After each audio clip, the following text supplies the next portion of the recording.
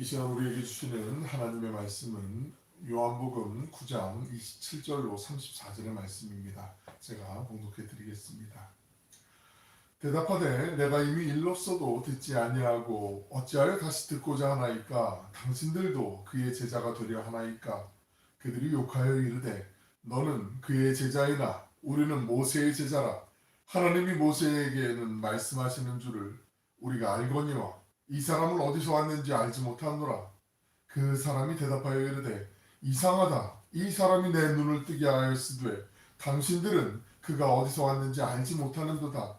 하나님이 죄인의 말은 듣지 아니하시고 경건하여 그의 뜻대로 행하는 자의 말은 들으시는 줄을 우리가 아나이다.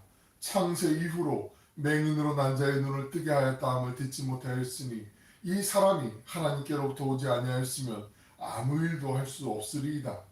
그들이 대답하여 이르되 네가 온전히 죄 가운데서 나서 우리를 가르치느냐 하고 이에 쫓아내어 보내니라. 아멘. 복된 주님의 날 주의전에서 또 온라인으로 함께 예배드림이 기쁨인 줄로 믿습니다. 함께 예배드릴 때 주님의 은혜가 우리 마음 가운데 샘솟는 기쁨처럼 넘쳐나시길 축원합니다. 요한복음 9장 8절부터 35절까지는 예수님의 말씀이 등장하진 않습니다. 그 대신 앞을 못 보았다가 눈을 뜨게 된 이 사람이 만나는 유대인들, 엄밀하게 얘기하면 바리새인들과 계속 논쟁 비슷한 이야기를 대화를 나누다가 예수님의 그 행하신 일들, 그리고 예수님의 충성스러운 제자처럼 예수님을 옹호하면서 예수님에 대해서 강한 확신으로 증명하려고 애를 쓰는 그런 모습을 우리가 살펴볼 수가 있습니다. 우리 함께 요한복음 9장 8절 9절에 있는 말씀을 읽겠습니다. 시작. 이웃 사람들과 전에 그가 거리는 것을 보았던 사람들이 이르되 이는 앉아서 구걸하던 자가 아니냐. 어떤 사람은 그 사람이라 하며 어떤 사람은 아니라 그와 비슷하다 하거늘 자기 말은 내가 그라 하니 주변의 사람들이 모였죠. 드디어 이 사람이 이제 거린이었고 앞을 못 봤던 사람인데 이 사람이 눈을 뜨고 나니까 옷 모양새나 생김새는 비슷한 것 같은데 눈을 저 사람이 안 뜨고 있었는데 어떡하지? 막 옆에서 이제 계속 얘기하면서 자기들끼리 갑론을 막 하는 거죠. 아니야 그 사람 맞아. 아니야 다른 사람이 다른 사람이고 어떻게 태어날 때부터 눈을 멀었는데 눈을 뜨니? 막 이러면서 서로 자기들끼리 이제 얘기를 하는 상황이죠. 그때 이 상황을 종결시켜 줄 수 있는 사람은 그 사람. 눈을 뜬 사람이잖아요. 그 사람이 제가 그 사람 맞습니다 라고 이렇게 얘기하면서 당당히 이제 나가는 거죠. 사람들이 어떻게 눈을 뜨게 되었냐고 물어보자 이렇게 대답하죠. 11절 말씀도 같이 한번 읽어봅니다. 시작. 대답하되 예수라 하는 그 사람이 진흙을 이겨 내 눈에 바르고 나더러 실로암에 가서 씻으라 하기에 가서 씻었더니 보게 되었더라.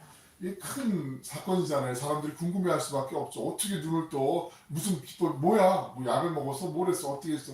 네, 자초지종을 설명을 이제 찬찬히 해주잖아요. 그리고 실로암 못에 가서 눈을 씻었더니 이렇게 뜨게 되었다 하고 그렇게 상황을 다 설명을 해주는 거죠. 예수님께서 눈을 뜨게 해주셨다라고 얘기하는데 이 사람이 예수님의 이름만 알고 있었던 건 아니죠. 예수님의 따스한 말씀, 제자들과 대화하는 거 다 알았다고 우리 지난 시간에 나누었잖아요. 그리고 예수님의 그 만져주실 때그 촉감 속에서 이분이 정말 나를 배려해 주시고 나를 사랑하시고 나를 도와주시려고 하시고 고쳐주시려고 하시는구나 이미 다 알고 있었잖아요. 그 마음을 아마 최선을 다해서 증명하려고 했을 거예요. 유대인들 특히 바리새인들하고 신문을 받을 때 그때 이 믿음이 이 마음이 확고해지게 돼요. 처음에는 예수라는 그 사람이라고 11절에서 고백을 하는데요. 한 장만 넘겨볼게요. 그런데 17절에 가시면 그분은 선지자로 생각한다. 나는 그분은 선지자라고 생각한다. 믿는다라고 얘기하고 33절에 보면 그분은 하나님께로부터 오신 분이다 라고 점점 그 믿음의 확신이 강해지게 되죠. 그리고 마지막에는 예수님 만났을 때 우리가 다음 시간에 보겠지만 주님이심을 고백하게 되는 단계까지 신앙이 점점 자라나게 되고 성장하게 되고 공고해지게 되는 그런 모습을 보게 돼요. 우리도 비슷해요.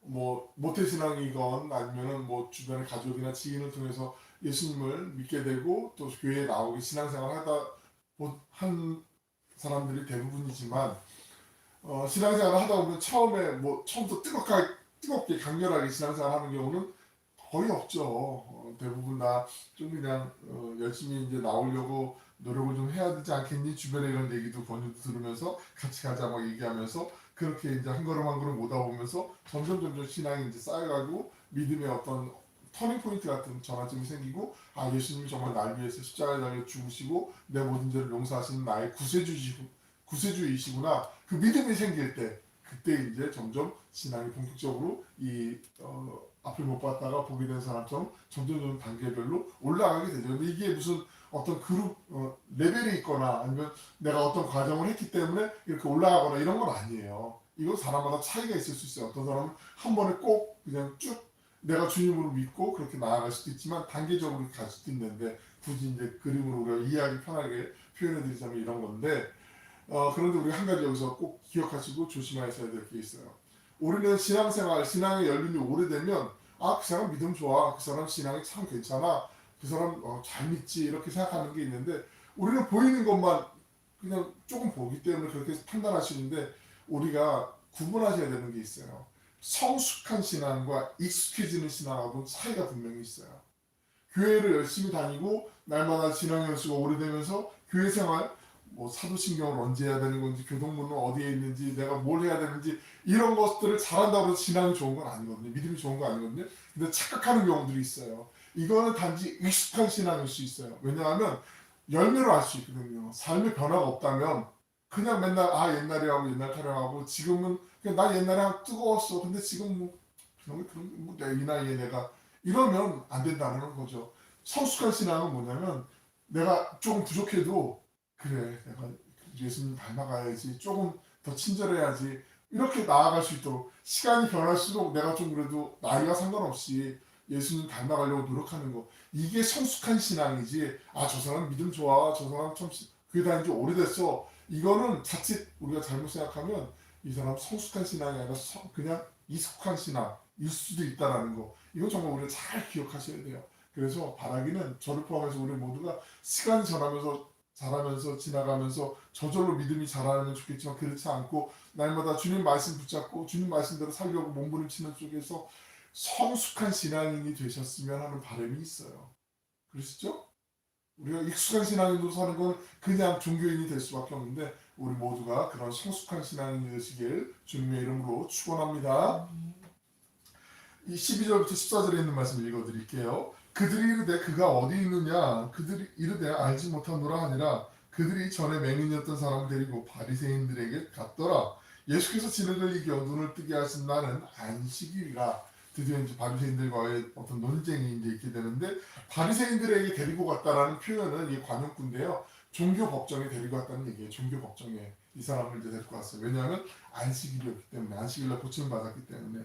오늘날도 가끔 무슬림이 있는 지역에 관광을 갔다가 그들의 율법을 어겼다라는 것 때문에 태형을 맞거나 이런 경우도 종종 뉴스에도 보도되기도 해요. 그리고 미풍양속을 해치거나 아니면 그들의 관습을 따르지 않았기 때문에 이런 일들도 있을 수 있고, 벌금을 내거나 이런 일들 많이 있는 것처럼, 종교법정이라는 게 오늘날은 뭐 그렇지 않지만 과거에는 얼마나 무시무시했어요. 이게 우리 젊은 친구들 얘기하는 표현대로 그대로 쓰면 법정너거든요. 다 딱 정해놓고 거기 틀에 맞춰가지고 이 사람을 죄인 만들어 놓는 게 종교 재판이거든요. 그래서 이 사람에게는 자기의 의견을 반론할 수 있는 기회조차 없고, 그냥 이 사람을 무죄로 풀려날 가능성은 거의 없는 게 이게 종교 재판이에요. 중세시대 때 마녀 사냥도 그랬었고 종교 재판으로 이뤘던 많은 일들이 그랬다는 거죠. 이 바리새인들 앞에 서 있는 모습이 지금 아마 그런 모습하고 유사하다라고 생각하시면 돼요. 이 유대인들이 주변에 있는 사람들이 이 사람을 종교 법정에 바리새인들에게 끌고 간 이유는 두 가지였어요. 예수님께서 안식일법을 어겼다는 그 증언을 받아내기 위해서였는데, 그 두 가지 관점에서 예수님이 안식일법을 어겼다라고 이 사람들이 신뢰했기 때문에, 확신했기 때문에 그런 거죠. 첫째는 안식일날 일을 하면 안 되는데, 유대인들의 율법 해석서에 보면은 사람이 침을 뱉었다가 안식일날 침을 뱉었는데, 침을 뱉은 다음에 이게 동그랗게 흙이 말려거나 모이게 되면, 그것도 흙이 이렇게 먼지로 있다가 동그랗게 공처럼 모였기 때문에 일을 하게 된 거예요. 근데 예수님은 그렇게 만 정도가 아니라 침으로 흙을 이겨갖고 이 사람 눈에 붙여줬으니까 완전 일을 한 게 된 거죠. 그리고 또 한 가지는 안식일에 이 사람이 시각을 다루는 아주 정말 위태한 상황에 이 사람 촉각을 다루는 이런 그 위태한 상황에 응급 환자가 아니라면 안식일을 지난 다음에 치료를 해줘야 되는 게 이들의 관습인데, 그걸 어기고 오늘 못 봐나 내일 못 봐나 태어나면서부터 얼마나 오래된지 모르지만 이 사람이 아픔 못 보고 살았는데 안식일이 지난 다음 고쳐줘도 됐는데 이 사람은 안식일날 고쳐줬기 때문에 안식일을 범한 거다. 그래서 이 두 가지의 얼무로 예수님은 안식일을 범죄한 죄인으로 이제 증언을 받아내고자 이 사람을 끌고 간 거예요. 이 법정 종교법정 앞에. 마치 우리가 38년 동안 일어나지 못하고 베데스다 목가에서 물이 막 이렇게 회오리 바람 치듯이 동할 때를 기다려서 거기 들어가서 치유받으려고 했던 그 사람 병자를 기억하시는 거면 좋을 것 같아요. 사람들이 그 사람이 나은 거를 보기보단 네가 어찌하여 안식일날 고침을 받았느냐 그 율법에만 사람들이 더 무게중심을 두고 이 사람 추궁하듯이 따져 물었던 것처럼 오늘 이 앞을 못 보다가 뛰었던 사람도 그런 관점에서 지금 접근하고 그런 관점에서 예수님을 자꾸 이제 죄를 씌우려고 했던 그런 모습들을 우리가 보게 되는 거죠. 신문을 한 번에 끝나는 게 아니에요. 1차 신문, 2차 신문 그렇게 두 번의 신문이 있는데 아까 우리가 계단처럼 되어 있는 그 도표에서 그림에서 본 것처럼 이 사람이 1차 신문을 마칠 때쯤 되자 이제 17절에서 이렇게 예수님을 선지자로 당당히 고백하는데 제가 15절부터 17절을 우리 같이 한번 읽어보시죠. 같이 15절부터 시작. 그러므로 바리새인들도 그가 어떻게 보게 되었는지를 물으니 이르되 그 사람이 진흙을 내 눈에 바르매 내가 씻고 보나이다 하니 바리새인 중에 어떤 사람은 말하되 이 사람이 안식일을 지키지 아니하니 하나님께로부터 온 자가 아니라 하며 어떤 사람은 말하되 죄인으로서 어떻게 이러한 표적을 행하겠느냐 하여 그들 중에 분쟁이 있었더니 이에 맹인되었던 자에게 다시 묻되 그 사람이 내 눈을 뜨게 하였으니 너는 그를 어떠한 사람이라 하느냐 대답하되 선지자니이다. 자기들끼리 이제 어떻게 하나님으로부터 온 사람이 이렇게 할 수 있어? 아니야, 하나님께로 온 사람이 어떻게 안식일을 어기면서 이럴 수 있어? 갑론을박이 막 벌어지는 상황에서 이 눈뜬 사람이 물어보죠. 너는 그 사람을 그래서 어떻게 생각하는데? 물어보니까 저는 선지자라고 믿습니다. 라고 이렇게 얘기하는 거죠. 그러자 이제 이 사람들이 바리새인들이 안 되겠다. 예수에 대한 그 자기들이 기대했던 그 증언을 이 사람이 얘기 안 하는 것 같으니 이 사람이 부모를 데리고 오자. 그래서 부모에게 이제 다시 증언을 받아내려고 데리고 와요. 19절에 있는 말씀입니다. 시작. 이는 너희 말에 맹인으로 났다는 너희 아들이냐? 그러면 지금은 어떻게 해서 보느냐? 이 부모들은 이 바리새인들이 무서워서 대답을 회피하면서 이제 돌리게 되죠. 20절부터 22절도 같이 읽어봅니다. 시작. 그 부모가 대답하여 이르되 이 사람이 우리 아들인 것과 맹인으로 난 것을 아나이다. 그러나 지금 어떻게 해서 보는지 또는 누가 그 눈을 뜨게 하였는지 우리는 알지 못하나이다. 그에게 물어보소서. 그가 장성하였으니 자기 일을 말하리이다. 그 부모가 이렇게 말하는 것은 이미 유대인들이 누구든지 예수를 그리스도로 시인하는 자는 출교하기로 결의하였으므로 그들을 무서워함이로라. 유대인들이 다 그랬던 건 아니고 그 아까 말씀드린 것처럼 요한복음에서 특히 예수님과 대척점에 있는 대적 관계에 있는 유대인들이라는 표현이 나올 때는 무조건 바리새인들이라고 생각하시면 돼요. 유대인들 중에 싸납게 굴거나 예수님을 미워하는 사람들은 대부분 그냥 평범한 유대인들 말고 예수님과 대적 관계에 있는 유대인들 얘기 나올 때 다 바리새인들인데 이미 이 안목 보다가 이제 고쳐진 받은 아들 얼마나 기쁘겠어요. 부모 입장에서는 정말 평생에 여한이 없을 정도로 기쁠 텐데 그러면서도 이 두려워서 지금 무서워서 함부로 얘기를 못하는 게 예수를 그리스도로 시인하는 자는 출교하기로 결의하였으므로 라는 얘기가 있어요. 출교 그까짓 거 당하면 어때라고 생각할 수 있는데 이 유대인들 공동체에서 출교당하는 건 쉽지 않거든요. 오늘날도 마찬가지거든요. 무슬림이었다가 그리스도인이 된 사람들이 종종 있거든요. 쉽진 않지만 근데 그분들은 어떠한 각오로 그리스도인이 되기로 하냐면 내가 더 이상 가족을 볼 수 없고 가족에게 내가 죽음을 당할 수도 있다라는 각오를 갖고 내가 이 사회에서 매장을 당한다는 각오를 갖고 내가 여기서는 벌어먹지 못한다는 생각을 갖고 내가 여기서는 완전히 무시를 당한다는 생각을 갖고 그렇게 예수님을 믿기로 작정하는 게 무슬림들이 개종하는 거거든요.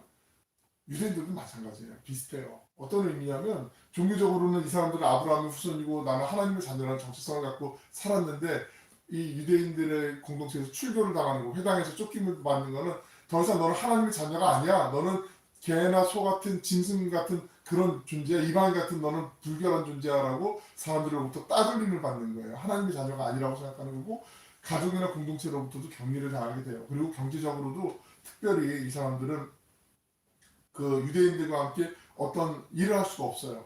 뭘 팔 수도 없고 직장에 들어갈 수도 없고 자녀들을 교육받을 수도 없고 심지어는 문헌에 보면 이 사람이 예수를 믿기로 결정한 사람이 만약에 의사라면 절대로 그 사람한테 가서 치료를 받아서도 안 될 정도로 그렇게 완전히 사회로부터 완전히 격리가 돼버린 그런 사람이에요. 그러니까 예수를 믿는다는 것은 내가 갖고 있는 삶의 모든 기반을 이제 내가 포기하겠습니다. 잃어버리겠습니다라고 얘기하는 거하고 똑같은 게 되는 거예요. 그러니까 나는 그거 모르겠어요. 얘가 다 컸으니까 당신들이 직접 이 성인된 내 자녀한테 물어보지 왜 우리한테 물어보시오? 이렇게 지금 소경이 되었다가 앞을 보게 된 이 사람의 부모, 이 형제 부모 된 사람들이 두려워서 바리새인들이 무서워서 출교당할까봐 무서워서 그래서 어쩔 수 없이 지금 망설이면서 이런 얘기를 하는 거예요. 그러니까 어쩌면 우리가 요한계시록 할 때 그 배경에서 말씀드렸지만 도미티아누스 박해 때 사람들이 무서워서 가족끼리도 어쩔 수 없이 내가 예수님을 구주라고 얘기 못하는 경우도 있고 붙잡혀가서 내가 끝까지 순교를 당하는 경우들도 있고 이런 갈등 관계에 있었던 것처럼 지금 예수님을 믿는다고 하는 건 그렇게 녹록하지 않은 정말 힘겨운 그런 상황이었다라는 걸 우리가 한번 생각해 볼 필요가 있는 거죠. 24절에 있는 말씀을 우리 같이 한번 읽어봅니다. 시작. 이에 그들이 맹인이었던 사람을 두 번째 불러 이르되 너는 하나님께 영광을 돌리라. 우리는 이 사람이 죄인인 줄 아니라. 다시 2차 신문을 이제 하는 거예요. 종기재판 2차를 하는 거예요. 부모에게도 이제 자기들이 원하는 답을 바리새인들이 얻지 못하게 되자 2차로 신문하게 되는 거죠. 그런데 여기서 보면 너는 하나님께 영광을 돌리라. 이게 그냥 문맥만 보면 좋은 말이잖아. 하나님께 영광 돌리라 하니까. 근데 이것도 관용구예요. 이건 무슨 말이냐면 오늘날로 얘기하면 법원에서 증인 신문 그 선서를 하잖아요. 나는 정직하게 읽는 그대로만 얘기하겠고 뭐 이런 증인 신문을 선서를 하는 것처럼 이건 그거예요. 하나님께 영광을 돌리라. 이거는 너는 재판정에서 우리가 지금 이렇게 했던 것들을 얘기를 하고 너는 거기에 대해 상하는 너의 진술에 따른 잘했을 때는 칭찬을 받지만 잘못했을 때는 벌을 받을 수도 있다라는 증인선서와 같은 건데 이게 암묵적으로 우리가 이런 답을 정해놨어. 넌 이 답이 맞다라고 네가 얘기만 하면 돼라고 그렇게 요구하는 그런 분위기 아시겠죠? 지금 사람들이 다 둘러싸여 있고 이 사람은 혼자 이제 앉아 있는지 모르겠지만 그 상황에서 너 증인신문에 하나님께 영광 돌려 이 얘기예요 지금. 그래서 이거 얘기해야 돼. 네가 자백해야 돼. 네가 고백해야 이게 법적으로 증거가 되고 네 증언이 예수를 잡을 수 있는데 큰 역할을 할 수 있어. 알았지? 너 잘못 얘기하면 안 돼. 라고 지금 거의 강요라기보다 협박에 가까운 그런 수준으로 지금 얘기하는 게 너는 하나님께 영광을 돌리라. 그 얘기예요. 우리는 이 사람이 죄인인 줄 안다. 그렇게 얘기해요. 넌 죄인이라고 생각하면 안 돼. 이 사람 우리가 생각하는 죄인이야. 라고 지금 얘기하는 거죠.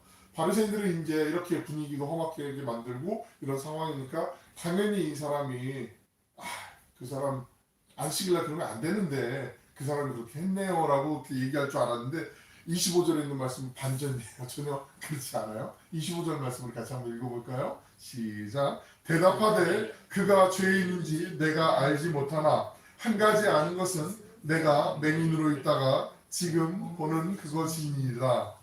이 사람은 지금 확신을 사서 얘기하는 거죠. 내가 예전에는 보지 못했는데 지금 보는 거 이게 팩트고 그 사람이 죄인인지 아닌지 나는 모르겠다. 당신들이 어떻게 주장하든 나는 믿지 않겠다라고 그렇게 지금 오히려 신뢰에 차서 왜냐하면 내 경험으로 지금 내가 산 증인이니까 얘기하는데 그건 누구도 반박할 수 없는 사실이잖아요. 그렇게 얘기하는 거죠.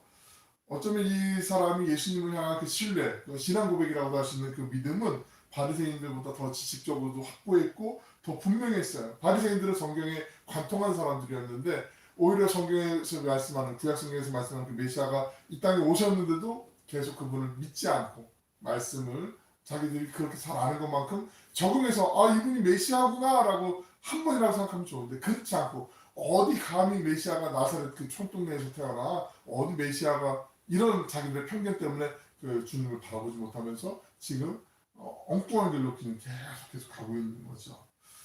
26절 27절에 있는 말씀 우리 같이 한번 읽어보겠습니다. 시작. 그들이 이르되 그 사람이 내게 무엇을 하였느냐 어떻게 내 눈을 뜨게 하였느냐 대답하되 내가 이미 일렀어도 듣지 아니하고 어찌하여 다시 듣고자 하나이까? 당신들도 그의 제자가 되려 하나이까? 바리새인들은 1차 신문과 마찬가지로 2차에 똑같은 질문을 던지게 되죠. 어떻게든 예수님이 죄인임을 증명하려고 이렇게 애를 쓰는 거죠. 근데 이 소경이던 사람도 이 바리새인들의 의도를 이제 눈치를 채죠. 알죠. 그러면서 너무 재밌는 게 오히려 이 사람들을 갖고 조금 이렇게 약간 농락이라고 하면 좀 그런데 이 사람들 머리 위에서 이 사람들의 마음을 의도를 간파하고 질문을 오히려 역으로 던지게 돼요. 이 사람들이 바리새인들이 결코 예수님의 제자가 될 수 없는 존재라는 걸 알면서도 당신들도 예수님의 제자가 되려고 그럽니까? 라고 이렇게 얘기를 해요. 조롱이 좀 섞여 있는 그런 질문이겠죠. 그러면서 수세에서 좀 빠져나와서 바리새인들을 오히려 공격하는 위치에 서게 돼요. 그러니까 어설픈 변호사가 막 이랬죠 뭐 이렇게 얘기하면서 당신이 근데 왜 이렇게 얘기해요라고 증인에게 만약에 신문할 때 증인이 오히려 그거는 지금 이 논리하고 맞지 않고 왜 엉뚱한 질문을 하십니까라고 이 변호사에게 면박을 주는 경우들이 우리 요즘 뭐 이루어지고 있는 뭐 사회적으로 이슈가 되고 있는 그런 재판들을 통해서 많이 종종 보게 되잖아요. 그런 것보다 더 쾌재를 올릴 만한 그냥 종교재판을 가면은 이 사람은 죄인으로 혼나고 야단받고 벌받고 나와야 되는 건데 오히려 바리새인들이 당황하게 만드는 그런 지금 장면으로 완전히 역전되어 있는 거죠. 대접받고 존경받는데 늘 익숙하던 유대 지도자들인 이 사람들은 당신들도 그들의 제자가 되려 합니까? 라고 묻자 엄청난 모욕감과 그리고 분노를 느끼게 되죠. 감히 자기들의 말을 반박하고 조롱하다니 크게 막 노하면서 욕설을 붙고 말하게 되죠. 28절 말씀이에요. 그들이 욕하여 이르되 너는 그의 제자이나 우리는 모세의 제자라. 너는 어디서 듣도 보도 못한 그 사람의 제자인지 모르겠지만 우리는 모세의 제자야. 모세의 제자라는 건 우리의 정통성을 얘기하는 거고 우리는 하나님의 백성이고 우리는 율법에 있어서는 누구와도 견줄 수 없을 만큼 탁월한 존재들이야 라고 지금 이제 자랑하면서 자기들의 정체성을 얘기하고 싶은 거죠. 그런데 예수님을 이미 체험했던 이 사람, 소경이었던 사람에게 유대 지도들의 욕설이 이 협박이 통할 리가 없죠. 오히려 그들의 욕설은 그의 믿음을 더 굳건하게 만드는 계기가 되었어요. 30절 보시면 하반절에 이 사람이 내 눈을 뜨게 하였을 때 당신들은 그가 어디서 왔는지 알지 못하는도다. 이렇게 얘기해요.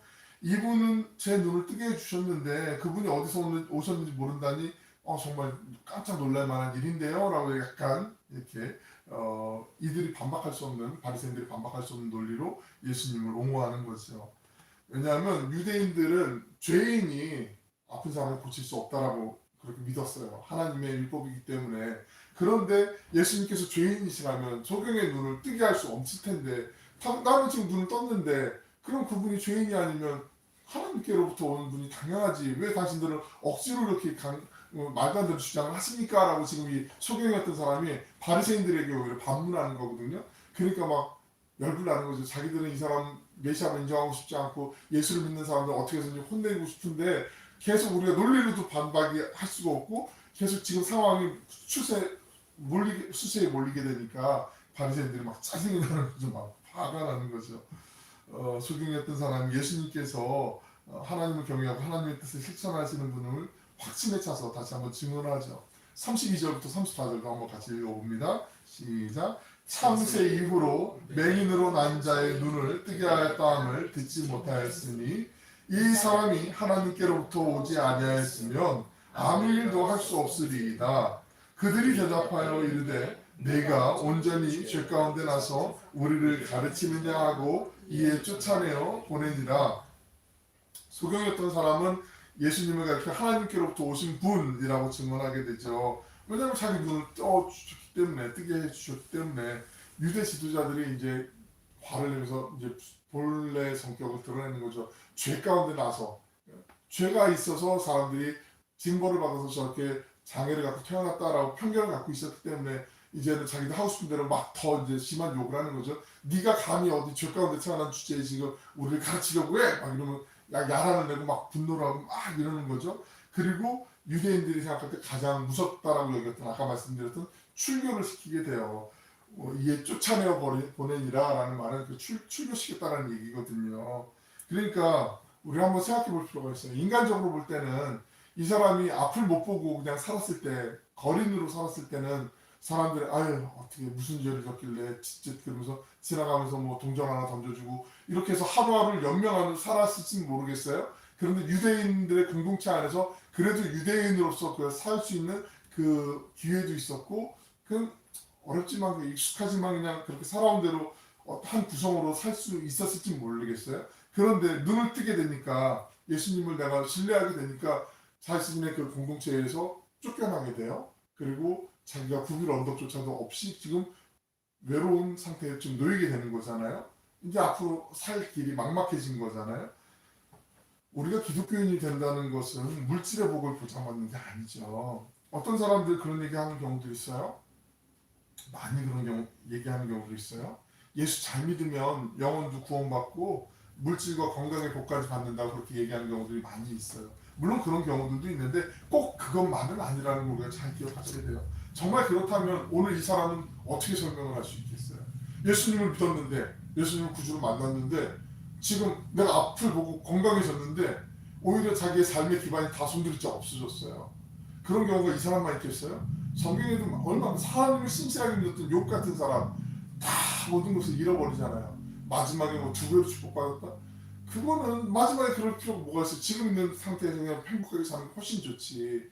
그런데 예수님을 믿어도 고난이 있고 어려움이 있을 수 있다는 거 이걸 잘 기억해야 돼요. 기억하셔야 될 그 중요한 게 있어요. 우리는 신앙인으로 믿음을 지켜 살아가면서 어떤 현실의 문제나 고통에서 면제되는 너 열애 예수 믿으니까 열애 이렇게 구원받은 사람들이 아니에요. 우리 착각하면 안 돼요. 현실에서 열애되고 구원 뭐 고통에서 나만 빠지고 나만 쏙 빠지고 나만 잘 먹고 나만 잘 살고 이런 구원을 받은 게 아니라는 거죠. 정말 진흙탕 같고 고통 가운데 있고 어려움 가운데 있는 속에서도 하나님이 우리를 구원해 주신 그 구원을 받은 존재라는 거예요. 이게 중요해요. 이 구분이 없으면 안 돼요. 나만 쏙 제일 가슴 아프고 힘들고 안타까운 게 어떤 안 좋은 뉴스들 나올 때 그 사람이 정말 신뢰받고 존경받고 인정받아야 되는 위치에 있는 사람인데 이 사람들이 나중에 보니까 어느 교회 다니는 뭐 아무 교회 뭐 무슨 직분을 가진 분이다 이런 얘기 들을 때가 제일 마음이 아프고 힘들거든요. 물론 뭐 목회자들도 그런 사람 많이 있잖아요. 지금 뭐 대놓고 뭐 교도소에 가 있는 사람도 있고 이 그럴 때왜 예수님 왜 다른 본질 아닌 다른 거에 막 허물켜다가 지금 낭패를 보는 경우들이 많이 있는데 그러려면 우리가 신앙의 어떤 그 생각 정체성을 잘 가지셔야 되는데 우리는 기독교인이기 때문에 이기적으로 뭐 우리만 하나님 보호해 주시고 우리만 도와주시고 이런 존재로 구원받은 게 아니라 정말 험한 산골 골짜기에 놓여 있는 것 같더라도 나 혼자 외로이 있는 것 같더라도 그 속에서 하나님이 우리를 지켜주시고 보호하시고 영원한 천국에 뿐만 아니라 이 속에서도 이 삶에서도 이겨나갈 수 있도록 힘과 지혜를 주시는 분으로 우리를 지켜주시고 인도하시는 하나님이 구원해 주신 구원의 은혜를 받은 존재다. 이걸 갖고 있는 거, 이 믿음을 갖는 거, 이게 건강하고 바른 길이라는 걸 우리가 다시 한번 이 오늘 소경이었다가 눈을 뜬 분을 통해서 우리가 다시 한번 새겨보게 되는 거죠. 주님은 언제나 선하세요. 언제나 선하세요. 우리가 어떻게 이게 선이야라고 생각할 수 있는 순간에도 하나님 언제나 선하세요. 그리고 우리의 모든 것을 누구보다 가장 잘 아시고 어려운 순간에 피할 길을 주시고 주님의 은혜를 누릴 수 있도록 항상 선하게 인도하시는 선한 목자 되신 주님이세요. 우리 함께 녹록하지 않은 현실의 문제들이 삶의 자리에서 때로는 위축하게 만들지라도 오늘 예수님을 만나 인생의 문제와 근원적인 문제를 해결받고 점점 굳센 믿음, 담대한 믿음으로 변화된 소경이었던 사람처럼 세상에서 그리스도인으로 신실하고 진실하며 거룩하게 살아가는 삶의 예배자들 되시길 주님의 이름으로 축원합니다. 기도하겠습니다. 사랑하여 풍성하시고 자비로우신 아버지 하나님, 태어나면서부터 소경이던 사람이 예수님을 만나 가장 큰 육신의 문제가 해결되었지만 사람들의 편견과 차별 속에 현실의 문제로 힘겨운 시간을 보내게 되었습니다. 그럼에도 더욱 주님을 향한 굳센 믿음을 고백하며 이겨나간 모습 우리가 잠시 나누었습니다. 주님, 저희의 믿음이 더욱 깊어지고 성숙해지길 원합니다. 익숙한 신앙인이 아니라 날마다 주님의 은혜에 감사하고 기뻐하며 삶 속에서 예수님의 성품을 닮아가는 진정한 그리스도인으로 살아가게 하여 주시옵소서. 주님만을 바라며 걸어가는 믿음의 길이 때로 외롭고 험하게 느껴질 때 우리의 눈을 들어 하늘의 소망을 바라보게 하시고 여전히 우리와 함께 하시는 임마누엘 하나님의 은혜를 신뢰하며 당당히 살아갈 수 있도록 일으켜 세워 주시옵소서. 그리하여 저희를 만나는 사람마다 하나님의 살아계심을 인정하게 하시고 주님께로 돌이키는 은혜가 흘러갈 수 있도록 저희를 주님 사랑의 통로, 은혜의 통로, 복음 전달의 통로로 사용하여 주시옵소서. 감사드리며 사랑이 많으신 예수님의 이름으로 기도 올리옵나이다. 아멘.